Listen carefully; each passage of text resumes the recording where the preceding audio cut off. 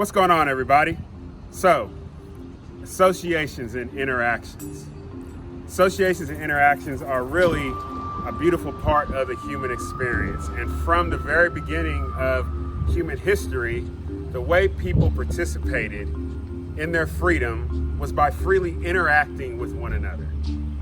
And this was beautiful, especially when you had different cultures coming together, exchanging items, information, just experiences, but those things were of value. Now, here in America, our government at one time really frowned upon free association. So what I'm thinking about is the time of segregation. And the government, whether the federal government, state government, or the local government, they sought to legislate segregation. And the unintended consequence of segregation was the fact that free association, and then by implication, exchange between two different groups of people was like either cut off or severely limited. So what does it look like when people have the freedom to freely associate with one another and by implication exchange things of value with one another? And one of the great ways that happens is in some of our gas stations. And so let's go and take a look. So every gas station is different. You have your large type gas stations and you have your independent gas stations. And the uniqueness of these independent gas stations is the variety of items that can be bought. And as you can see in some gas stations like this one, you can find hats, you can find CDs, you can find all types of clothing, and as well you can find your electronics. And so even in small gas stations like this, you have everything that you need. It's like a mini Walmart.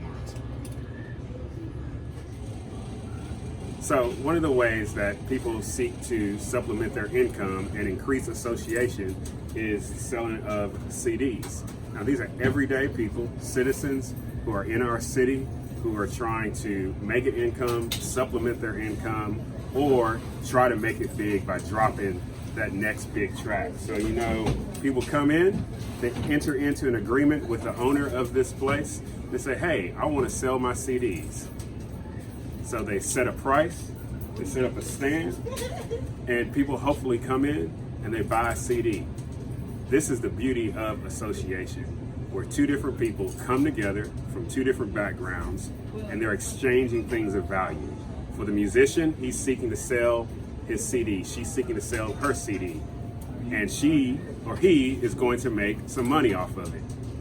But the owner of this place is also going to make some money as well. This is the beauty of association. And by this association, exchanges are able to happen. And in this exchange, there's an opportunity for cultures to interact with one another. And then from there, there's the possibility for greater opportunities. So, what can we learn about free association and exchange? Well, when people from different backgrounds, cultures, languages, giftings, skills, when they have the opportunity to interact with one another, and then by implication have something of exchange, both groups benefit from it. How is that important for persons who are struggling in what society calls poverty? Well, what we've learned from the gas station example is that those persons have a low barrier of entry. They can meet with that gas station owner or some other owner and say, hey, I want to sell my good.